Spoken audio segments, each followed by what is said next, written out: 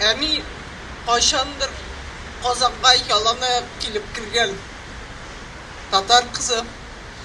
Міне бүгін ялан аяқ әби болып жер қойнына ятырға әзірленем. Мен шушым минутта аның гіл әйтіп келген сөздерін еске түсіресім келер. Ол айтады, біздің тамашашыдан да яхшырақ тамашашы дүнияда жоқ. Аларның әрбірсін құшақлап сүйерге керек дейді. Рәхмет сізге әнінің тамашашылары шушылай жиылып келгеніңіз үшін. Екінші әнінің бик ешейте тұрған сөзі: халқым ешәсін, нәсіліміз құрмасын дейді.